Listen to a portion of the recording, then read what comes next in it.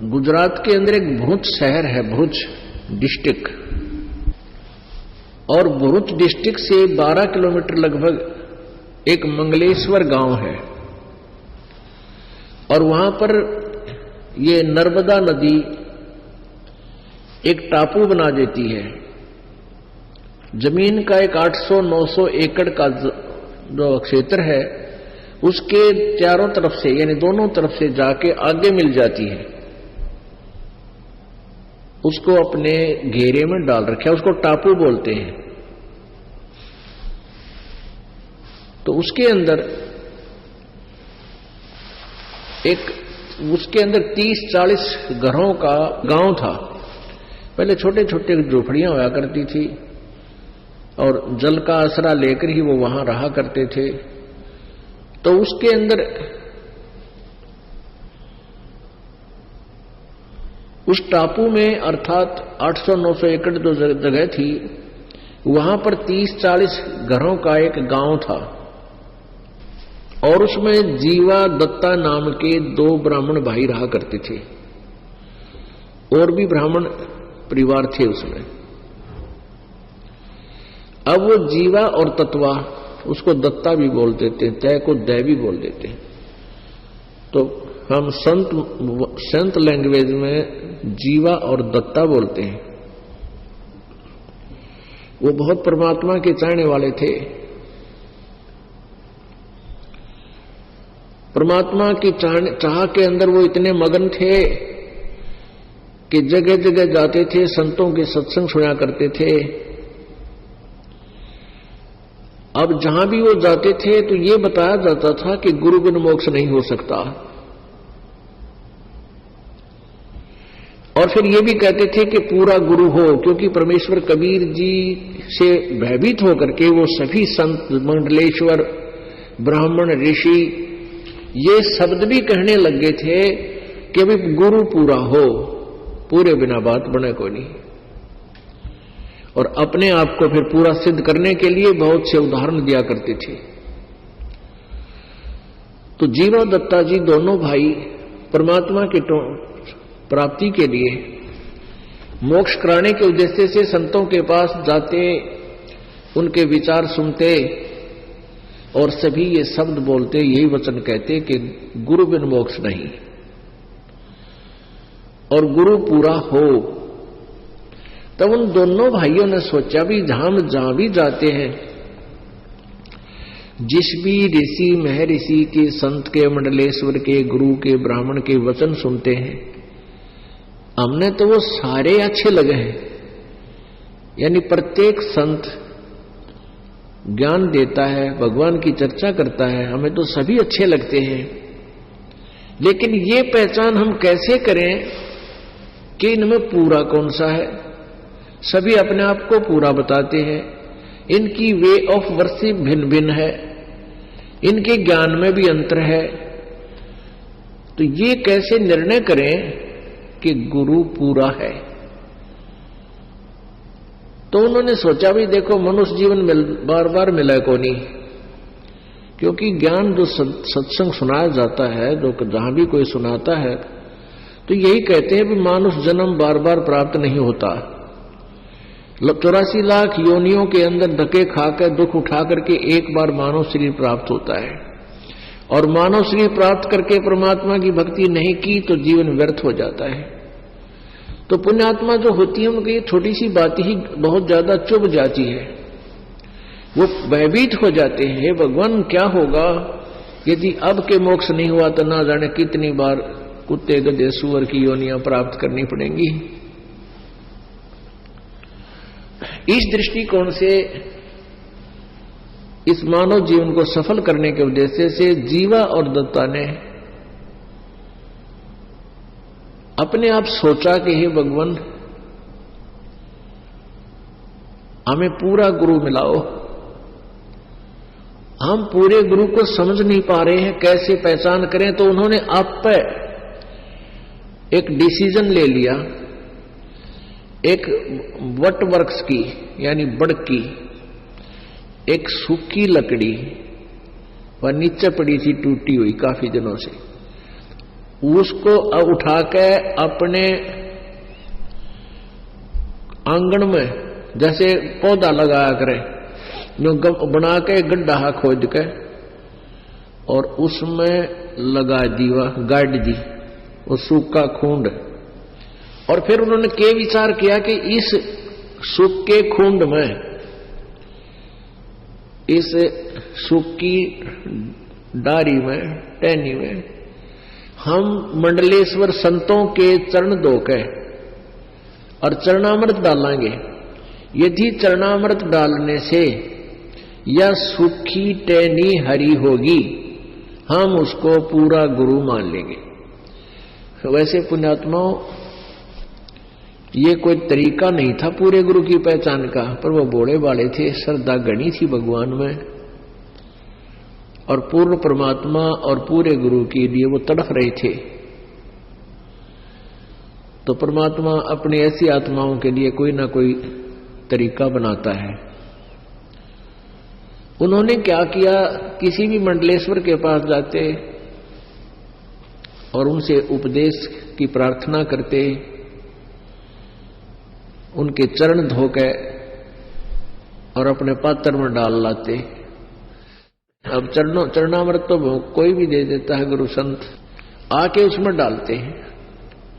कई एक को अपने घर पर भी बुला देते, कोई आसपास जा रहा होता, वहां पहले उनके चरण धोते, आहार कराते और उस लकड़ी में पानी डालते, कुछ नहीं हुआ।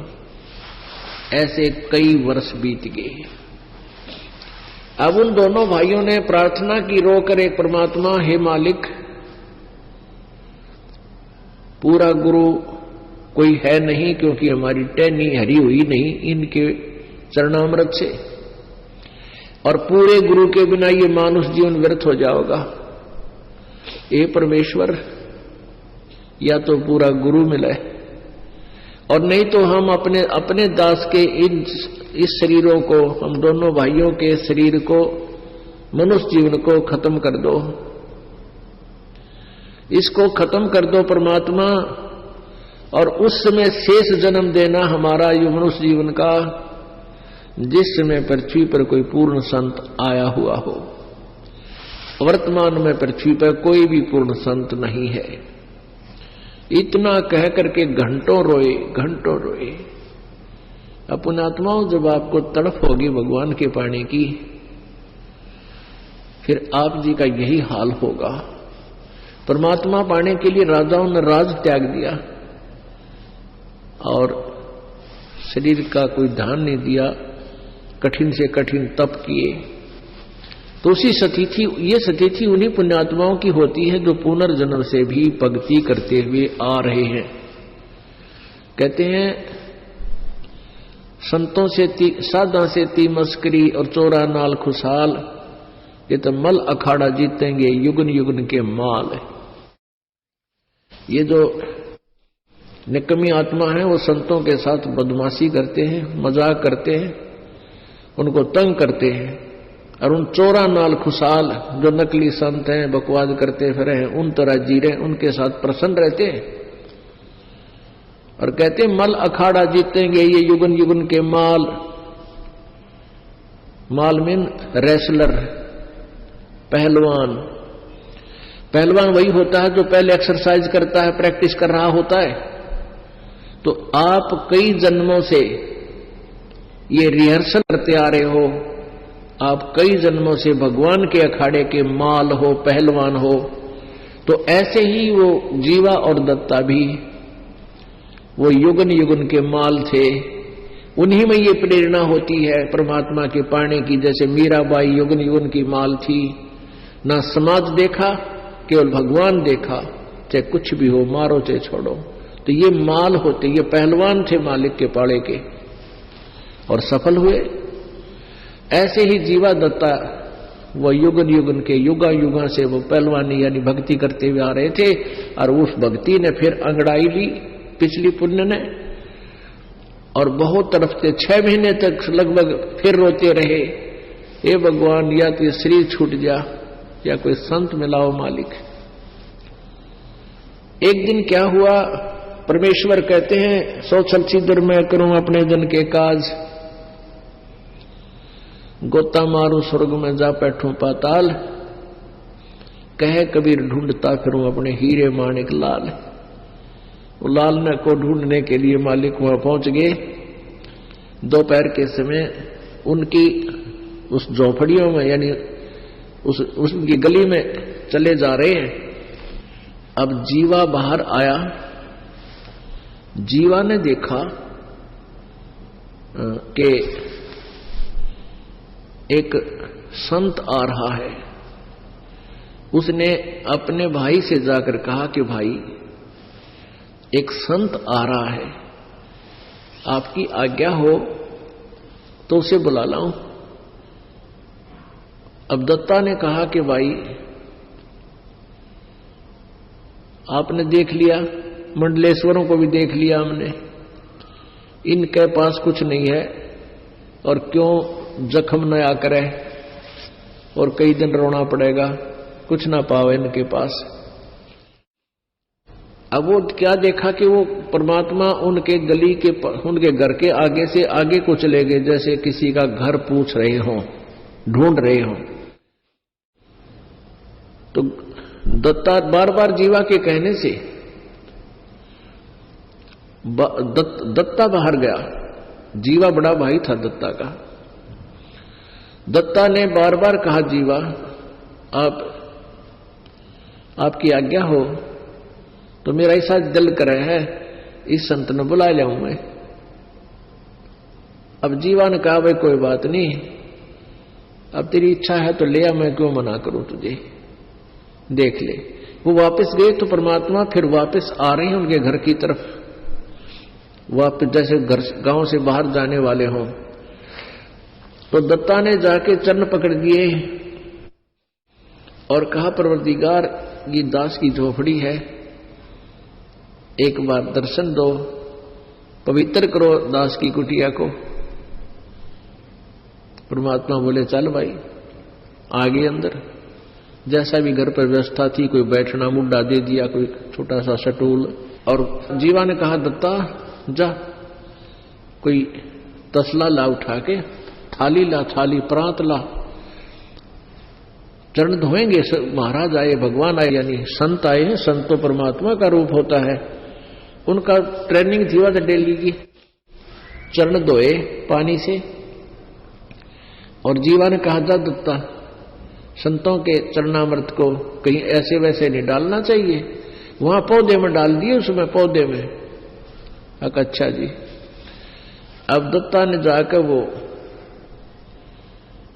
ज्यों ही पानी डाला उस तसले से, प्रांत से, जैसा जिसमें पात्र में डाल रखा था, और पानी डालते डालते ही कोपल फूट आई उस बट वृक्ष की टहनी के। बोलो सतगुरुदेव की जय।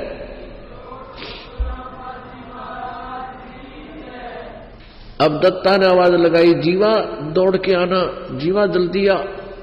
जीवा गया। क्या देख भगवान आगे, आज जिसकी चाह थी वो मिल गया हमारे को। अब देखे थोड़ी देर में पूरी कोपल फूट गई, हुए इतने लंबे लंबे पत्ते हो गए, सूखी टहनी गए। अब दोनों ने एक एक पैर पकड़ लिया, एक एक पैर पकड़ लिया, रोआ बुरी तरह, मुंह की तरफ देखे, भगवान आप कहां छुपे थे, हे परमात्मा आप कहां छुपे थे, हमने तो सोच लिया था कि ये जीवन बर्बाद होगा और यही प्रार्थना करते थे, भगवान या तो इस जीवन हमारा अंत कर दे, इस मनुष्य जीवन का, फिर दे देना जीवन, फिर जन्म देना मालिक, जब कभी परम संत यहां आए हों। हमने सोच लिया था इस पृथ्वी पर कोई संत नहीं रहा। परमात्मा ने कहा कबीर जी ने कि भाई बच्चा, अगर पृथ्वी पर संत ना होगा, इसमें आग लग जाएगी, यहां रह नहीं सकता प्राणी। ये तो संत यहां मैं रखता हूं एक आध अपना भक्त, प्यारी आत्मा, या स्वयं आता हूं, जिससे पृथ्वी पर बैलेंस बना रहता है। और बेटा जब पृथ्वी पर संत नहीं होगा तो इसमें आग लग जाएगी, पूरी पृथ्वी कट कर मर जा, आपस में इतना बुरा हाल हो जाएगा। तब उन्होंने कहा कि हे परमात्मा, हमने तो आपकी बहुत इंतजार करी, आप नहीं आते तो हम 6 महीने और ज्यादा जीवित रहते, क्योंकि सूख का कांटा हो गए थे और उनका जो है बुरा हाल था। अब दोनों ने उपदेश लिया। अब उपदेश लिया, ज्ञान सुना, सबसे न्यारा ज्ञान और सबसे न्यारा भगवान। उस ज्ञान से परमात्मा आते रहे, उनको ज्ञान सुनाते रहे, आते रहे, ज्ञान सुनाते रहे। कुछ दिनों में वो ज्ञान से परिपक्व हो गए। वो उस ज्ञान को फिर सुनाने लगे अपने ब्राह्मण वर्ग में। अब ब्राह्मण वर्ग तो राम और कृष्ण तो परमानने को नहीं, शिव जी तो ज्यादा किसी की सुने नहीं, भैरव भूत की भी पूजा करवावे। अब उन्होंने पूछा भी तुमने गुरु कौन बना लिया, ऐसा नास्तिक जो ब्रह्मा विष्णु में इससे भी अलग कोई भगवान बताता है। तो उन्होंने बताया कि बनारस में, काशी में हमारे यानी परमात्मा ही आए हुए हैं, वो पूर्ण ब्रह्म है, पूर्ण परमात्मा है कबीर जी। परमात्मा आएंगे तुम्हें मिलवाएंगे। तो परमेश्वर फिर आगे अपने भक्तों को संभालने के लिए जीवा दत्ता ने गांव वालों से कहा कि आ जाओ, आज भगवान आए हैं। अब ज्ञान तो सुना नहीं, शुरू से ही पूछने लगे तू कौन है, तेरी जाति क्या है। वो ब्राह्मण लोग बोले तूने हमारे भाइयों को, हमारे धर्म के लोगों को मिसगाइड कर दिया है, तू मुसलमान है या क्या है। परमात्मा ने कहा जात ना पूछो संत की, पूछ लीजिए ज्ञाने, मोल करो तलवार का, पड़ी रहने दो म्याने। लेकिन नहीं माने। परमात्मा ने कहा भी मैं जुलाहा हूं और कबीर मेरा नाम है और काशी में रहता हूं। वैसे मेरा मूल ठिकाना सतलोक है। अब सतलोक न सुना नहीं कदे, वो सतलोक न समझ के कहने लगा अच्छा धानक है तू, धानक है? कहां पक्का धानक हूं भाई, सारी सृष्टि की रचना बनाने वाला भी मैं ही धानक हूं और कपड़े बुनने वाला यहां पर भी मैं धानक हूं। सब उठकर चले गए। फिर उनका एक मीटिंग हुई, पंचायत हुई। कहने लगे भाई जीवा दत्ता को जाति से डाल दो, ये तो धानक का चेला बन गया, इसने तो हमारे जाति का नाश कर दिया, एक शूद्र का चेला बन गया, हम कहां मुंह दिखाएंगे। उनने कर दिया फैसला, सुना दिया फरमान कि जीवा और दत्ता का आपस में भाईचारा बंद, ओका पानी बंद और कोई नहीं बात करे इनकी। इन तय सब जगह चिट्ठी लिख के भेज दी। अब दोनों बहुत दुखी हो गए। लेकिन ज्ञान ऐसा है परमात्मा का, सारा संसार रुष्ट हो जावे, ये मार्ग नहीं छूट सकता। फिर वो माल थे मीराबाई की तरह, युगन युगन के माल थे, पहलवान थे, और माल वही हो जो सब न ढा दे। तो उनको कोई यूं तो हुई कोई होता गया गलत, फिर कोई बात ना, परमात्मा चाहिए हमने, वो मिल गया। फिर क्या हुआ कि जीवा के लड़का था और दत्ता के लड़की, दोनों विवाह योग्य हुए। अब कोई ब्राह्मण हाथ टेकन दे नहीं, बालका का ब्याह क्यों करें। परमात्मा आए, चिंता व्यक्त की कि प्रभु ऐसे ऐसे समस्या आ गई हमारे सामने। वैसे तो आपके दास समर्पित हैं, आपके बच्चे भी ज्ञान को समझ चुके हैं, ऐसी तो कोई बात ही नहीं है, हमारे बिना ब्याह रह जाएंगे तो भी कोई दिक्कत नहीं। हमने आपके ज्ञान से हमें प्राप्त ज्ञान हो गया, पता लग गया कि 1 लाख पूत 1.25 लाख नाती, उस रावण का दीवान बाती। इस वंश चला के देख ले, 1 लाख बेटे थे रावण का, को दीवा लावणिया भी कोई ना, वंश शेष रहा नहीं, या तो सब ने जाना है। लेकिन इन लोगों ने हमारे साथ बुरा कर दिया, इन ब्राह्मणों ने हमारी हुक्का पानी बंद, भाईचारे से अमल कर दिए। हमारे बच्चों के रिश्ते भी ये नहीं लेते, ना करते। परमात्मा बोले तुम एक काम करो, जगह जगह जाकर कह दो भाई या तो हमारे बच्चों का ब्याह करवाने दो, और नहीं होने देते हो तो हम इन दोनों बच्चों की शादी कराएंगे आपस में। जीवा का लड़का दत्ता की लड़की, इन दोनों का ब्याह आपस में करेंगे हम, और क्या करें। अब उन्होंने ऐसा ही एक प्रोपगंडा फैला दिया। अब ब्राह्मणा की फिर पंचायत हुई, भाई जमानास हो गया, बाण भाई का ब्याह होगा कि तुम दिखावांगे। उनकी पंचायत होगी। कहने लगा, अब के विचार किया कि भाई लड़का लड़की का के दोष है, गलती तो उन दोनों ने कम्या की है, तो हम ये तो अलाउड कर दो कि लड़की का और लड़कियां की ब्याह अन्य स्थान पर हो सकता है। तो उन्होंने कहा कि ऐसे नहीं भाई, फिर तो कोई ब्याह ना करे उनका, तुम नो करो, लड़के और लड़की ने गोद ले लो और फिर हम ब्याह करेंगे। तो वो आए सारे इकट्ठे हो गए कि खबरदार जो तुमने आपस में ऐसा दीन भ्रष्ट किया तो, और ये लड़के लड़की तो हमारे हैं, ये लड़का लड़की हमें दो, हम इनको गोद लेते हैं, हम शादी करेंगे इनकी कितना करें ढंग से, तुमने इससे कोई लेना देना नहीं। वो बोले ठीक से ले जाओ, तेरे लड़का लड़की ने वह समस्या भी हल कर दी, ब्याह आड़ी भी परमात्मा ने। उन्हें आप पे ब्याह कराया, दोनों बच्चों का वह सर दर्द भी हटा दिया, ब्याह का खर्चा भी ना होया। तो फिर थोड़े दिन वो सीधे हो गए, ज्ञान समझ मान ला गया धीरे धीरे, क्योंकि वो बच्चे जहां गए उन्होंने भी ज्ञान समझाया। फिर वो सारा काम सेट हो गया, बच्चे भी उनको दे दिए और परमात्मा की भक्ति भी उस नगरी में तकरीबन करने लगे। अब जो वो सूखे टहनी बट के वृक्ष में जरनामृत डाला था टहनी में, वो एक पेड़ बन गया पूरा, और वो पेड़ आज भी विद्यमान है। 600 वर्ष हो गए उसने, वो पेड़ आज भी विद्यमान है। और वहां पर कबीर पंथ के ये परंपरागत महंतों का वहां एक आश्रम बना हुआ है, जो इन यादगारों को संभाले हुए हैं। उसको हम देखकर आए थे, स्वयं आंखों देखकर आए हैं, एक बार गए थे हम देखने के लिए। उसमें मंगलेश्वर गांव से एक नौका में बैठकर जाना पड़ता है, सामने एक बीच में दरिया है, उसको पार करके सामने वो स्थान है टापू सा। तो वो बता रहे थे कि पहले ये वट वृक्ष इस पूरे क्षेत्र में फैला हुआ था। यानी बड़ की एक ऐसी व्यवस्था होती है, एक बड़ ने आगे बढ़ने की जगह मिल जाओ, वो ऊपर से इसकी दाढ़ी सी आती है नीचे जड़ें, और जमीन में घुस जाती है, और कुछ ही देर में वो पूरा पिलर सा बन जाता, सपोर्ट देती है और आहार खुराक देती है। फिर आगे टहनी चली जाती, यानी बहुत दूर तक जा सकता है।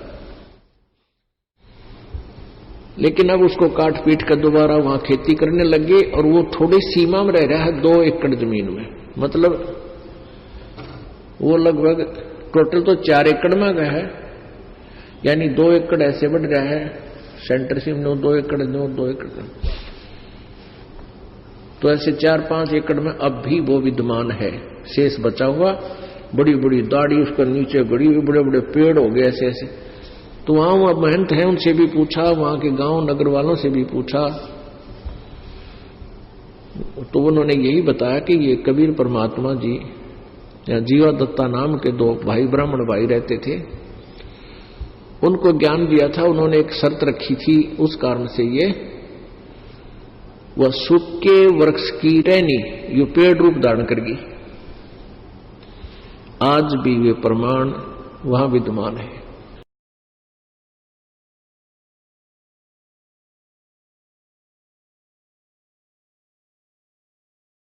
हमारी वेबसाइट पर जाकर इस अनमोल पुस्तक जीने की राह को निःशुल्क डाउनलोड करें, या अपने पुस्तक को निःशुल्क प्राप्त करने के लिए इन नंबर पर अपना पूरा नाम, पता और फोन नंबर SMS करें।